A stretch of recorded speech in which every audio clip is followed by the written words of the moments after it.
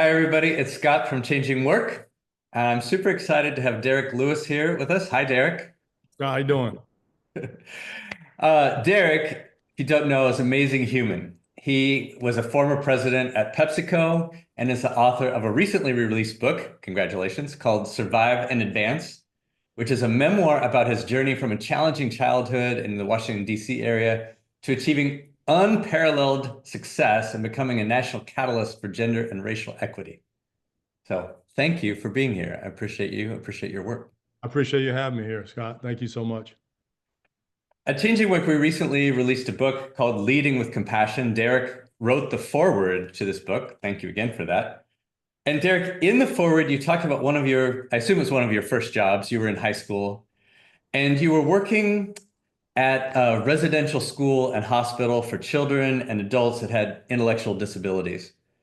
I'm just thinking about myself at however old you were, 17, 16, 18, and headed to something like that. Could you tell us a little bit more about that experience and the role, and why was that role important to you? Wow, it was a remarkable experience, and writing a book brought back so many great memories of Forest Haven, which now is closed. And the way it closed, there, obviously there were a lot of concerns about the way things had shut down there. But back when I was there, it was one of my first summer jobs. It wasn't my first, but in high school, I was 16, and I was headed to my senior year, and I was happy to get the job. I mean, any job that I was able to get for the summer, just you were just excited to have a job, and so I would get dropped off down there on 8th Street downtown, and then they would have a van, a shuttle, take probably four of us out to the facility every day, which was out actually in Laurel, and then bring us back at the end of the day, right there at 8th Street. So the first day I went out there, I noticed that three of the other summer interns were escorted to the admin building, and then I was escorted back to one of the residence halls. And so starting out, I knew my work was going to be directly with, they called the children, they were all adults in there, but again, because of intellectual challenges, they called them children. It was a children's center.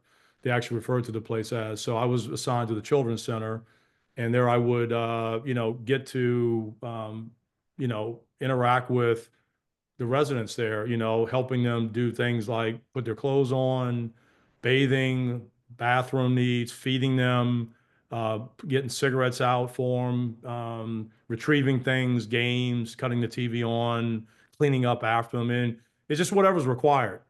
And so I really, one, recognize that despite how challenging I thought my circumstances were every day when I was a child getting up every day, that I didn't quite have it as bad as them. They couldn't do anything for themselves. They needed someone to do basically everything for them. I didn't obviously have that, but I could do things for myself. I had a life. I could eat every day. And if it was a bowl of cereal, I could eat that every day. I could make that for myself every day. And so I recognize, one, that there are other people also in life who are also challenging. You're not the only one doing it. And the difference now is, here you can actually play a role in making their lives a little bit better.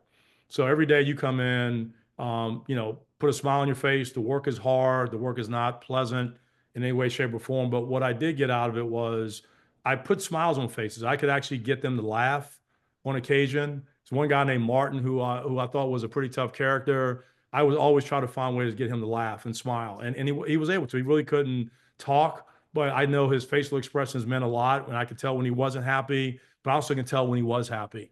And I can get him to smile now and then. And so that brought a lot of joy to me, that I could help the residents assist themselves. I could, they're good. So back to, the Children's Center in Martin. I think it was transformative for me in terms of having to show up for other people, for people being reliant upon me every day, even the staff there, because I could see how burdened they were every day. I could see the mental and emotional grind that they had dealing with, the type of work they were having to do everything. Because it was, satisfaction was just making sure they got fed, they got bathed, you cleaned the place up properly. And it was just a continuous cycle of that, basically 24/7. And I could see when I was there Monday through Friday, I could feel that grind and that taxing environment. But I also every day left somewhat fulfilled in that I put smiles on faces. I assisted the staff members there who were, again, under a lot of pressure to deliver there. And I felt I felt like I was working really, really hard, to Yeah. make things better for people that couldn't do things for themselves otherwise, and that put a lot of gratification into me. And it gave me a perspective is that, life now is a way of, it's about people and taking care of people and serving people and showing up for people, is actually more important than anything else that we may think about or talk about. Mhm. That's the most important thing, is you show up for people. I had to show up for my brothers every day. I had to show up for my mom every day. I had to show up for myself every day. And so being there for other people meant more to me than anything else that I could go do. For myself, it was all about satisfying others. And I sort of carried that mantra throughout my life. But I think that job really framed up for me in that, you may have it difficult, other people have it more difficult. What's your responsibility? What's your role? Where's your compassion for serving others and helping others get out of the situation? And make me a better person for that. And I felt like that was making me a better person. That's great. That's a powerful experience. Sometimes I find that when we are in service to others, it makes us forget some of our own challenges and we can actually find joy. Like what you're talking about, the actual job itself does not sound like a fun thing to do if you were trying to, tell a 16-year-old, hey, this is going to be amazing. But because you felt that sense of service, it sounds like it was really rewarding. My question, my wonder is, did you have who were your role models in this time that made you into that person who could have that emotional intelligence or that compassion? Or were you just wired that way? I think it just had to be wired that way because I really, when I looked at my life, what was going around, my mom was very, very hard worker. So what I learned from her was just the grit, and the grind, right? And just being able to go produce, right? She was such into providing. She went out and hustled every day. My maternal grandmother taught me how to read. And so I think there was a certain sort of intellectual, sort of bump that I got out of being around her. We played Scrabble a lot together. And so she was a teacher, at one point in her life and her career before she started having children. She was a teacher. And so I got a lot of the sort of intellectual academia stuff I think out of her. So I think I felt like those pieces were in place. In terms of, what you're asking me, I think I was sort of just wired that way, given the responsibility I had with my younger brothers, in the household situation I was in, and taking care of my mom, or being the co-head of household with her. I think sort of forced me to step into that, either embrace it and step into it. And if I didn't step into it, I can't imagine how the house would have run because no one else was there to run it. So Yeah, we would have really been in a very difficult situation. I don't think I understood it quite as dramatic as I'm explaining it now, but I feel like if I didn't do my part to hold it up, it would have been a disaster, sure. disaster. So I'm thankful I was able to figure it out and get wired in a way where I can take some emotional, intellectual, curiosity from my grandmother. I can take the grit and grind from, my mom. I can take what not to do, what I learned from my dad, and then the care and concern of two younger brothers and siblings who I love dearly, for me to be there for them and care for them, for me to accept that responsibility is sort of how I put my life together. And that was my package. Sure. Sure. Well, it sounds like while probably you wouldn't, or many people wouldn't have chosen your circumstances, they were powerful teachers. And that grit, that commitment to education allowed you to really thrive in the world. Could you tell us a little bit about Pepsi and especially the last role you were in? Oh, well, I mean, the Pepsi experience was fantastic. Again, it was a 35-year run, remarkable career. I started really at the ground level, learning the business, running a route, and working my way up through various sales operation roles. Got a chance to spend time in, regional headquarters, the national headquarters, big operating jobs, things that I really aspired to do. I got to do pretty much everything. So it was a real fun ride. Company taught me a lot. Obviously I got a lot of training, through a lot along the way. And so their investment in people was very, very strong, throughout my entire career. There was investment put behind you. And in return, you were supposed to pay off that investment by driving high performance results, driving high results in culture, driving high results outside the organization, right? And so it was a very good understanding about what your role was and what their role was. It was complete clarity around that.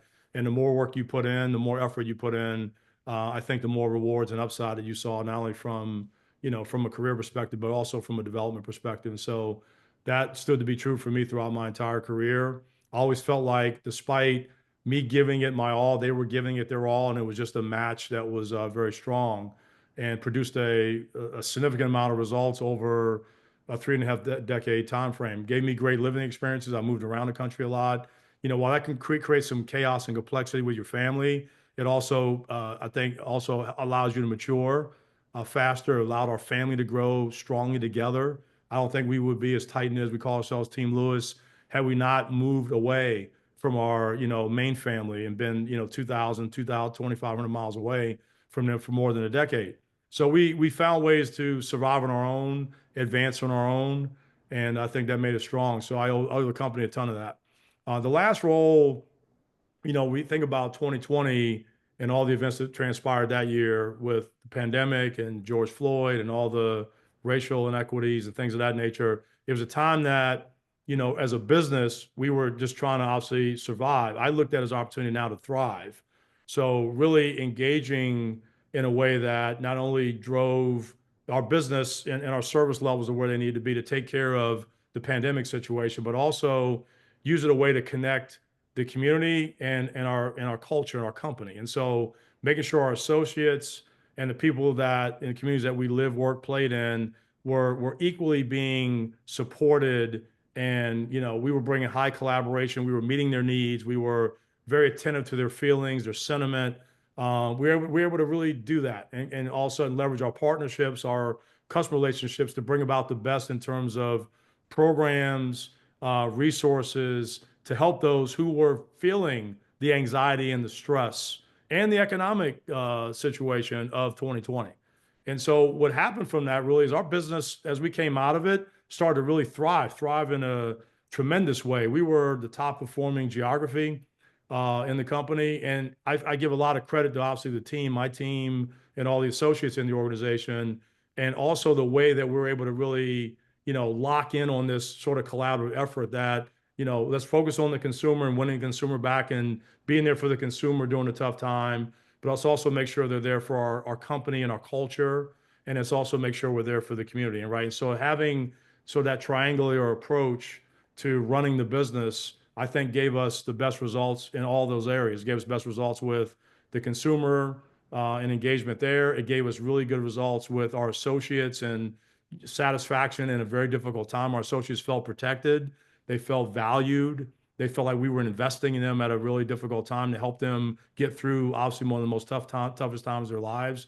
And then we had a community feel like we were listening to what the needs were. It wasn't all just about, economic impact was certainly a main pillar there, but also there were different causes that were needed, and we were listening to them. We were reacting to that. So it wasn't just us pushing one of our programs on the community. We were very much about listening to what the community voice was and integrating that to programs that made the most sense for them, and also some of our customer partnerships, and where associates wanted to participate. So having that engagement that strong really, one, supported the business case for what was going on, but also supported I call it the right thing to do case, right? The social case for your community, for your associates.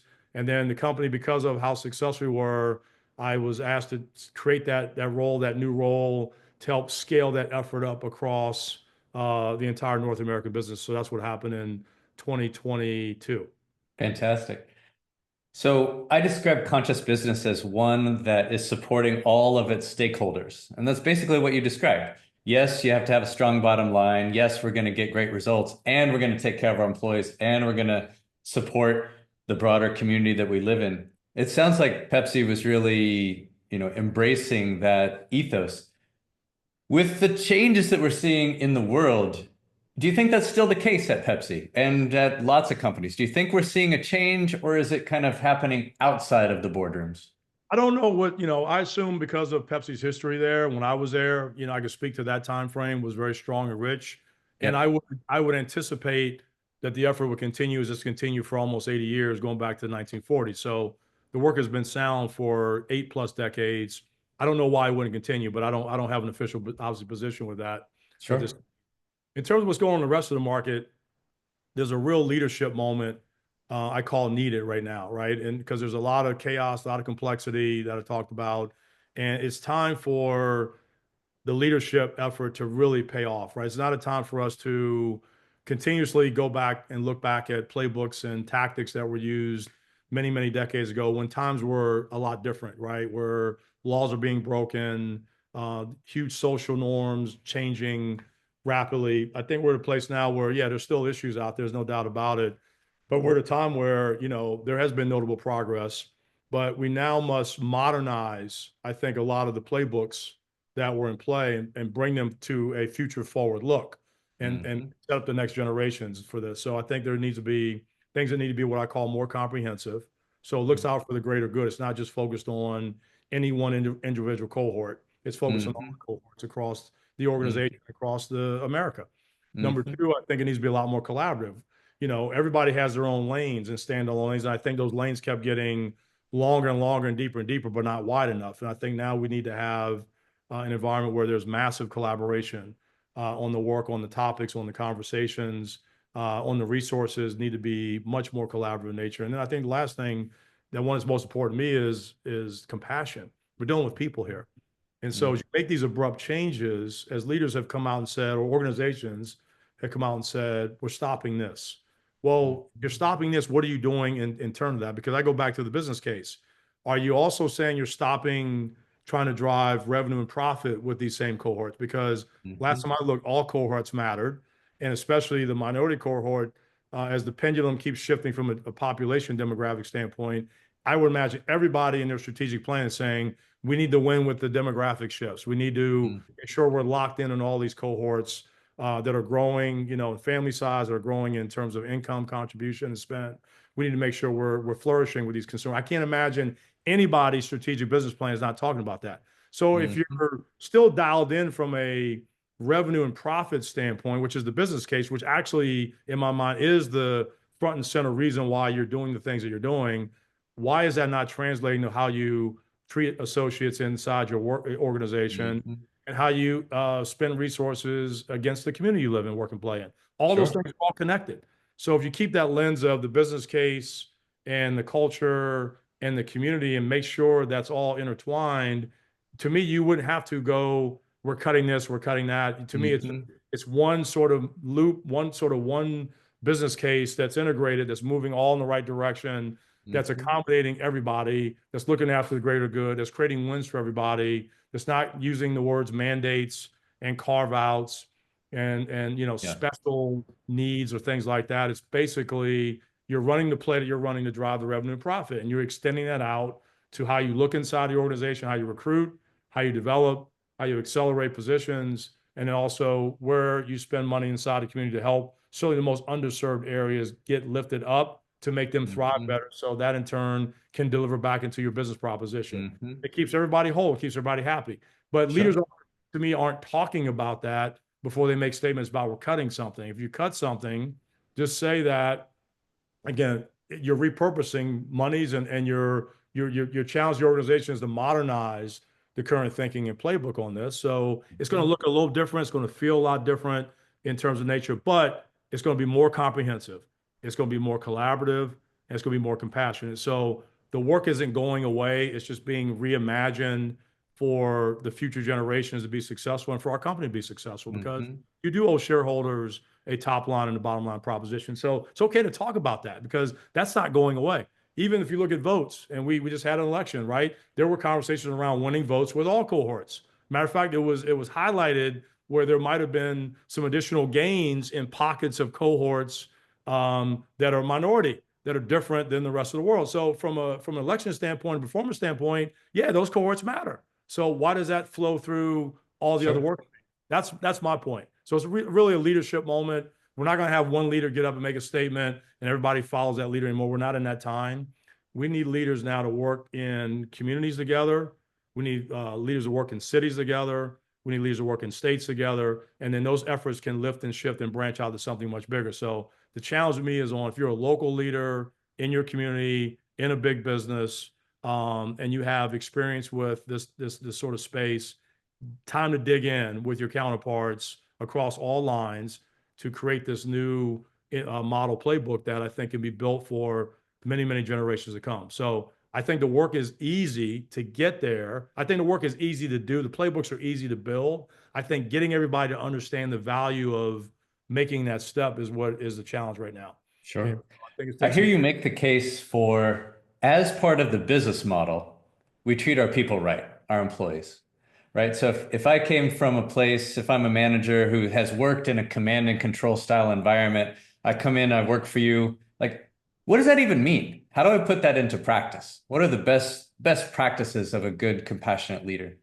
Look, I think one leaders, all good leaders, me have compassion or conviction for what they believe in, what they do. I think all the good leaders have ownership of their business and of people. So you look at the business in terms of a three-legged stool. I look at the business proposition, the customers and consumers that I have to take care of every day. I look at my company and culture in terms of my associates. And I look at my community in terms of where we live, work, eat, and play, making sure I'm staying those up, right? So I think you're looking at it from that standpoint. I think you're a leader, you're a person of action. I can make statements, but if I don't back those statements up, I'm not walking the talk, then my leadership is I'm null and void because I'm not really creating action. I think there's a consistency in it. I think you can't, as a leader, you have to be consistent on your principles and your value set. I don't think you can be somebody that it's student body left this month and student body right next month, and because somebody changed office, you're doing this and you're doing that. I think you have to really be a leader that is sort of has that conviction, the ownership, the action, and the consistency over time. And the last thing is hustle. We want leaders that work hard, man, that grind, that set the example, that are knocking barriers down for the organization. So as their people approach milestones and approach opportunities to be successful, a lot of the things that you've done, you've created spaces for them to be successful. And some of that Yeah, space we're talking about now is a space that by taking things away, are you actually creating a space for them to be successful in? Or are you now making it harder for them to be successful? I would pose that question. A lot of leaders have made some of these statements on pulling back on something without talking about where they're going. yeah. You have a mantra of moving from go-getter to go-giver. Can you tell me about that? And like, when did that happen in your career? I mean, I think it happened. It happened in the latter part of my career. I mean, mid-career, I was probably still in go-getting mode. Years 17 to 20, I was still in go-giving mode, go-getter mode. But I think what I saw is I started getting more and more responsibility, and there became less dependency on me driving the business. I had to now take a more strategic approach and an elevated leadership approach to business. When you have tens of thousands of associates underneath you now, you can't be the one out there solving all the problems. You have to be very strategic in your thought process. You have to be very empowering. You have to be awesome at talent selection, and you continuously obviously be great at execution and what you go do.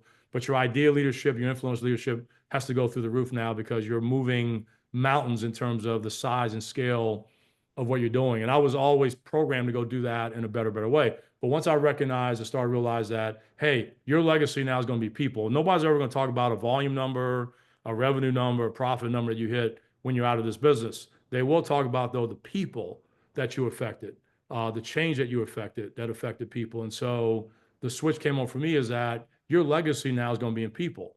And I was always robust at developing teams and high talented teams and powerful teams, but I didn't necessarily make that the number one thing. And later in my career, outside of getting all the results and everything, I started to understand if you make people better and you grow their careers and you grow their personal lives and help them grow their personal lives along with their professional lives, if you're impacting people in the community, if you're making customers better at what they do, um, that's going to be a legacy that carries on for many years beyond your playing days, as I would say.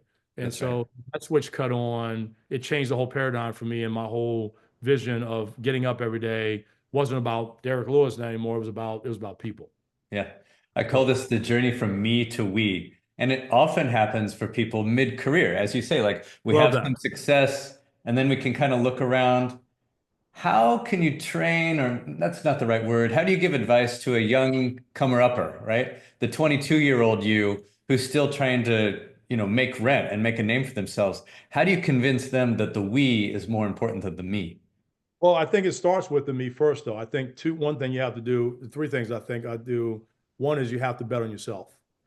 So it's all about becoming the best version of yourself. If you're not the best version of yourself, you can't deliver for others. So there is a bit of a sequence and it goes on. I can't jump into go giving. I can certainly go do that, but I'm not going to be as effective unless Derek Lewis really understands what his best version of himself can be. And that's an ongoing thing, by the way. So it's a constant thing. It's not just a point in time where I stop and go, I'm my best version. Now I'm going to shift. I'm going to obviously keep moving that forward. But I would say better in yourself, believe in yourself, and be yourself. So what I mean by that, Mm, you have to invest in yourself to be the best version of yourself if you're going to be able to move others. You can't, if I'm not my best version or I'm not investing in myself, how can I expect to move the needle with others if I'm not doing it for myself? Two, believe in mm, yourself. You got to have a lot of confidence. You got to take risk.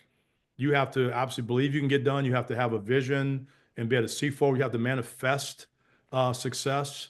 You have to really put that effort in to do that. I think that absolutely transforms your way of thinking, and it gives you a confidence level that is going to be uniquely positioned for your dream, your world, your lane that you're playing in. And I think this whole notion about be yourself goes back to this authenticity. Who are you? You know, from a very mm, young child, I said I wanted to be myself. I want to be this authentic, bold, courageous, very direct, energetic, high energetic leader that wanted to go change the world, right? And I never mm, have come off of that, even through challenging times or the greatest of times. I stay mm, very true to my vision. So I look at those three B's as a real catalyst there.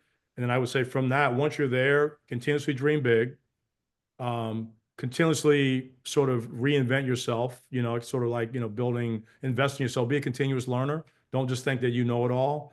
And I think go out and go tear it up on the performance side, right? I use it mm, three R's: results, relationships, reputation. I talk about making sure that you are grooved and excelling in those three areas to provide the mm, greatest results framework for yourself, not only on the professional side, but also the personal side. mhm. And I know you talk a lot about and really believe in community. So if each one of us we're focused on ourselves, right? You gave out a beautiful framework on how to develop ourselves, become the best version of ourselves. I think sometimes people tend to then only focus on themselves. What is this power of community? And then how can I use that best version of myself to either receive or give back? What is the power? The power is in the three R's is in the relationships, right? So Mm, results, I'm a go-getter. Relationships now, I'm building an environment of trust. Building an environment of teamwork. I'm building an environment of transparency. I'm building an environment of win-wins. And so to me, the relationships pillar of the three R's is the most important pillar mm, in that house. It's purposely in the middle of my house because it's the center. The results are going to fluctuate over time. Macros can affect change in the world we live in. Reputation, the same way, you have a lot more control over that, but sometimes outside perceptions matter. What you can also ultimately hone in on and lock in on day in and day out are the relationships that you build with mm, people. Those will never let you down. The right ones, done the right way, have a lot of longevity to them. And quite frankly, since I retired, the relationship pillar has delivered more than I ever would have imagined. And mm, so laying the seeds over 3.5 decades or whatever number of years inside those 35 years with the people that I built relationships with has paid off exponentially once I decided to leave the company to help me with my next chapter, whether it's writing a book, whether it's getting into becoming an entrepreneur, whether it's more serving and more giving on nonprofit spaces and causes and things like that. And so the floodgates in my mind have opened all because of the relationship management part that I think sometimes is undervalued. And I talk about that in my book, and people have made comments to me about that part, understanding how important that part is, and they wish they had learned that a little bit earlier in their career. And some that are younger are realizing that, hey, thank you for letting me know that's going to be one of the most important parts of my journey is the relationship management side of it. So mhm. that, in my mind, is how you get there. You can't get there without the relationships. Beautiful. What I see in my own life and among others is when things get hard, we move into self-preservation mode, right? Like an animal. We're animals, but like a cat that gets injured, they go hide under the bed, right? Versus being out and being brave and being strong. And when things get hard, it's hard to see the big picture. It's hard to see some of these Right. broader community structures. Right. How can we summon our compassionate selves, our best selves when times are hard, when times are really hard?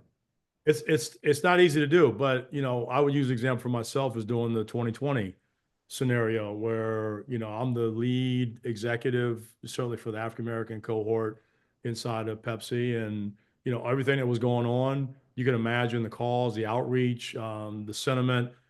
People were feeling extremely down, very challenged emotionally. It was a lot of hardship, I think, going on. They were looking for leadership.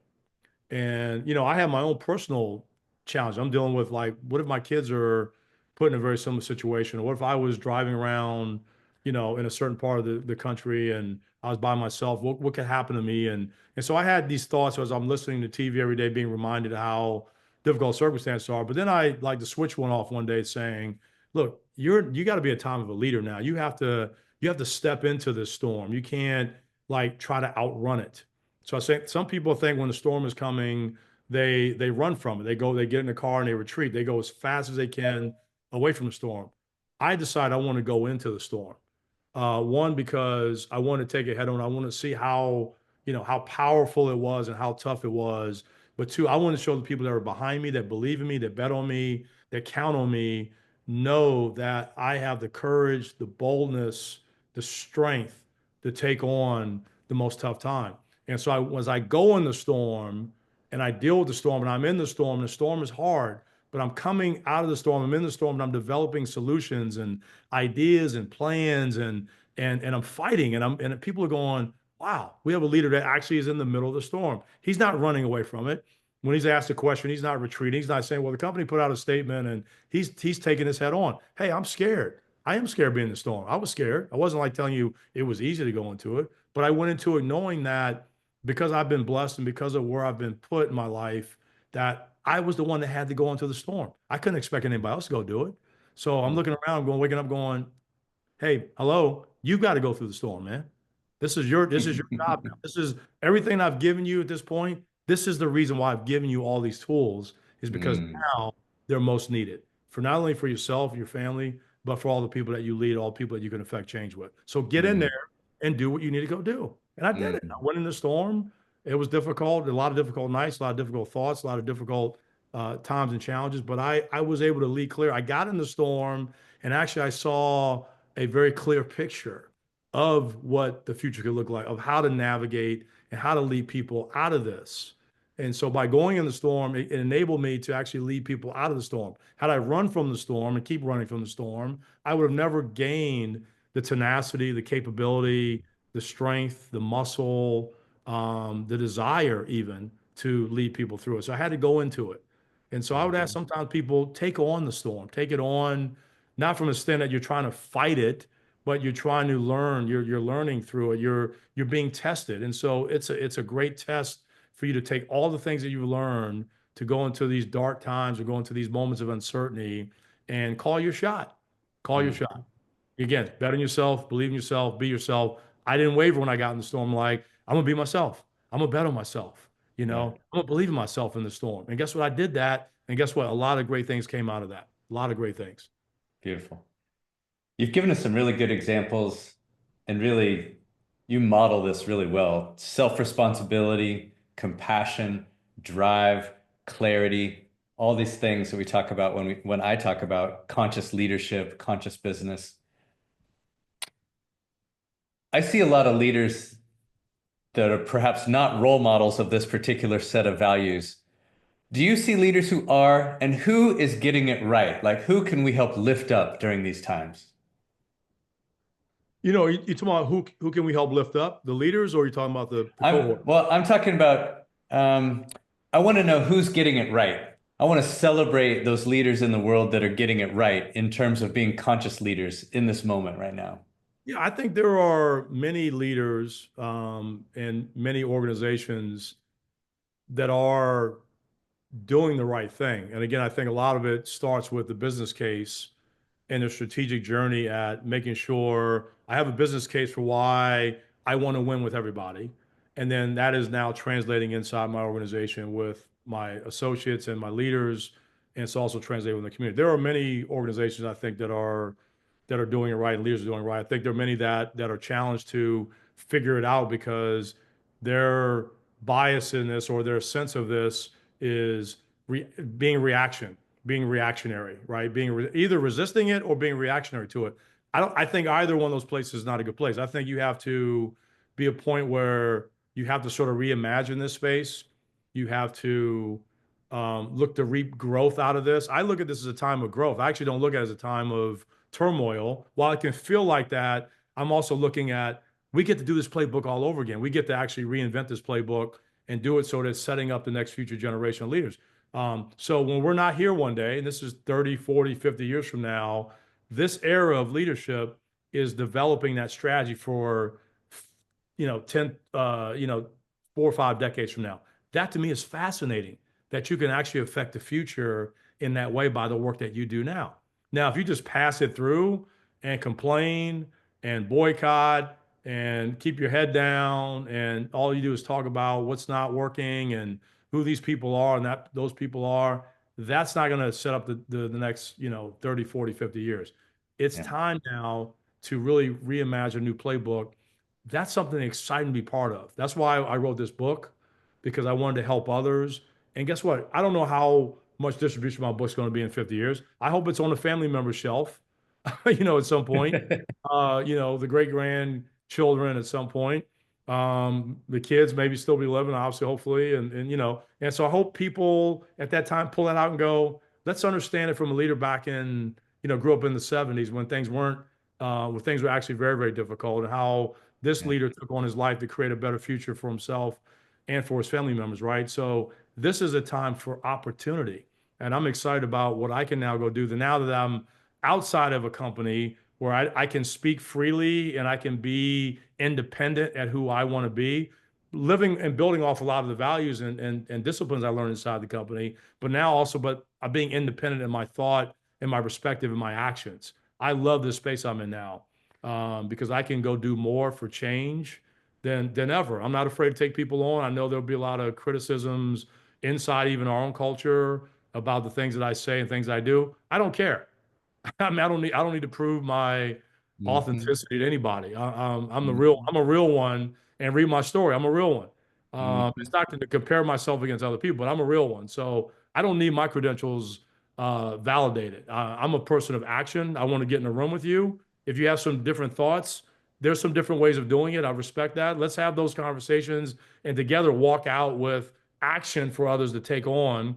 That's inclusive of new ideas, old ideas, different ideas, future ideas. Let's do that together. Let's do that work together. So my challenge is for all leaders to come together now, put the differences aside, build something collaborative, comprehensive, and compassionate for the generations of the future to be successful. Beautiful. Derek Lewis, you've written this book, Survive and Advance, recently released. I hope everybody goes and gets a copy. What are you up to now, and how can people find you? Well, people can follow me. I'm on all social platforms. So at Real Derek Lewis, RealDereklewis. That's Instagram, it's Facebook, Twitter, LinkedIn. So I use those platforms pretty consistently.